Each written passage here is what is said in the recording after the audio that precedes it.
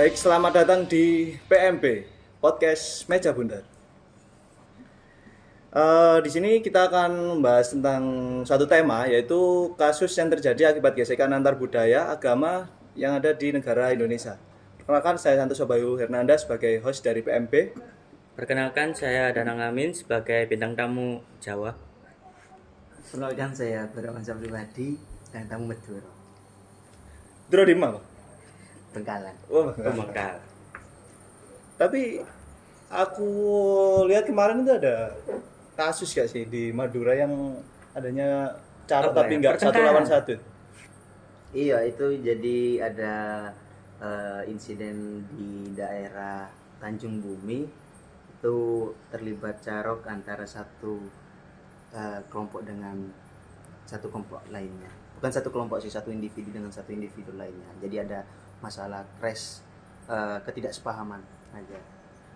Tapi kayak gitu menghilangkan unsur carok nggak sih? Soalnya kan kalau aku lihat dari dulu itu kan carok itu satu lawan satu, tapi untuk permasalahan ini kan nggak satu lawan satu gitu. Mungkin sih kalau niat awalnya itu dari kasus itu niat awalnya sih ketidaksepahaman antara satu orang dengan satu, kan ada saya sebut namanya Jamat Tanjar sama Materdam, itu dimana itu kedua belah pihak itu emang sudah ada crash sebelumnya, cuman dari kedua tersebut bertemu di suatu tempat dimana dia hanya ingin menyapa, cuman dari logatnya atau gimananya itu tersinggung. Jadi cuman dari hal sepele aja jadi lebih besar. Mungkin ada salah satunya itu yang merasa tersinggung, tapi niat dari pelaku pembunuhan tersebut tidak berniat seperti itu. Namun terjadi crash dan hingga terjadi carok itu. Kalau dari Mas Danang, menurut Mas Danang gimana buat kasus yang ada di Madura kemarin? Kalau dari sudut pandang orang selain suku Madura nih.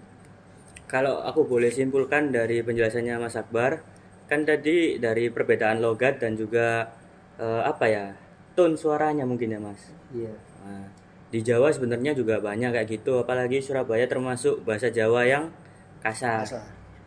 Tapi entah bagaimana dari budaya sebagai orang Surabaya, meskipun kita semakin kasar, malah semakin merasa akrab.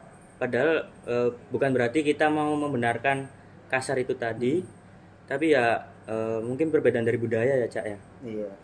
Tapi mungkin juga dari kalau orang Madura mungkin kalau merasa harga dirinya direndahkan, soalnya ada di kejadian itu sebelumnya itu emang dari Matanjar pelaku pembunuhan itu diludahi di depan mukanya. Terus ya kalau sebagai orang Madura mungkin ya, gak orang Madura aja mungkin kalau udah direndahkan seperti itu ya mau nggak mau harga diri. Kalau dari sana ya, kalau masih di daerah pedesaan gitu, pasti harga diri itu lebih tinggi dari apapun.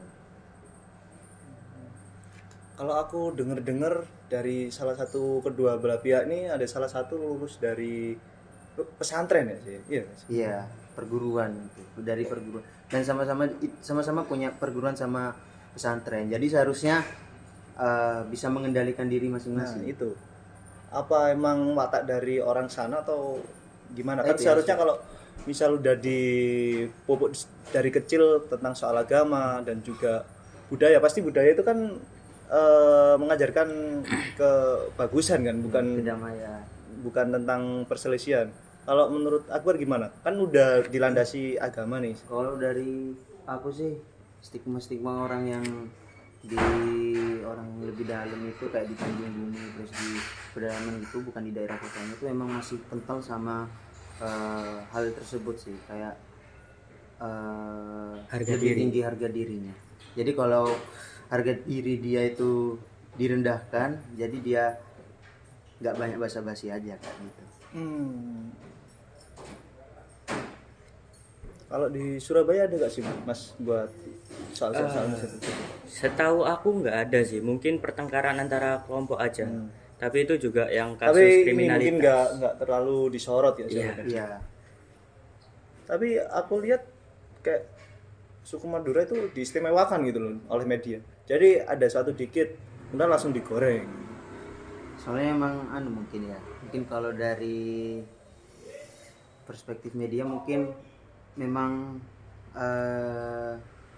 itu anggapannya bukan turun temurun, pasti soalnya nanti itu dari kejadian Carok itu pasti nanti pihak keluarga yang meninggal itu pasti akan balas dendam ke pihak keluarga yang korban, itu terus menerus. Jadi kayak entah itu anaknya atau sepupunya atau keluarganya dari Materdam yang almarhum itu akan nanti suatu saat pasti akan ada pembalasan gitu. Jadi Carok itu gak akan ada berhentinya anggapannya. Jadi biar berhenti ya harus di stop dari generasi itu, generasi ya sekarang. Kalau nggak bisa berubah mindset dari orang-orang di sana itu nggak bisa, sama aja. Ini sih apa sih yang nggak bisa merubah mindset mereka, sedangkan Madura sendiri kan wilayahnya itu deket banget dari ibu kota Jawa Timur sendiri, yaitu di Surabaya. Tapi kenapa kok dia masih bermindset seperti itu gitu?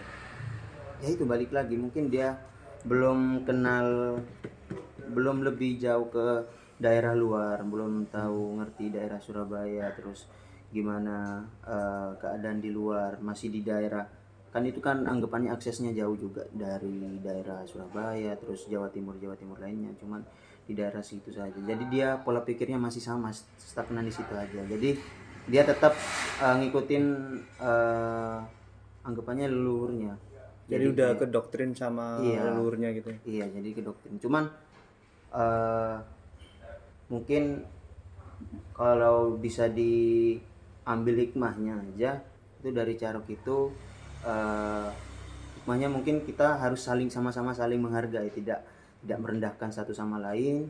Terus kita juga lebih dari adanya kejadian itu kita lebih menghargai, lebih memahami maksud orang itu ngomong gimana, terus lebih memahami juga maksudnya kejadian itu tuh kayak buat pembelajaran aja. Jadi jangan sampai hal-hal negatif berlanjut lagi. Nanti menurut Mas Akbar sendiri dari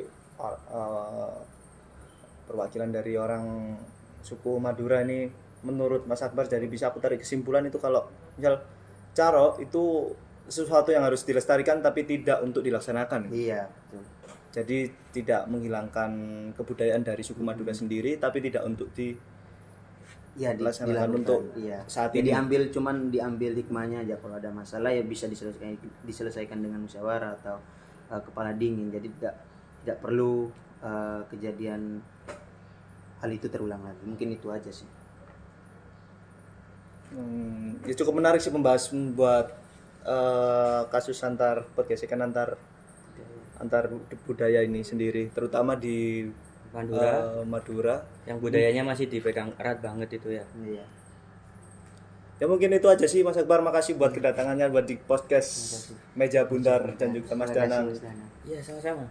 Baik, terima kasih telah menyaksikan podcast Meja Bundar.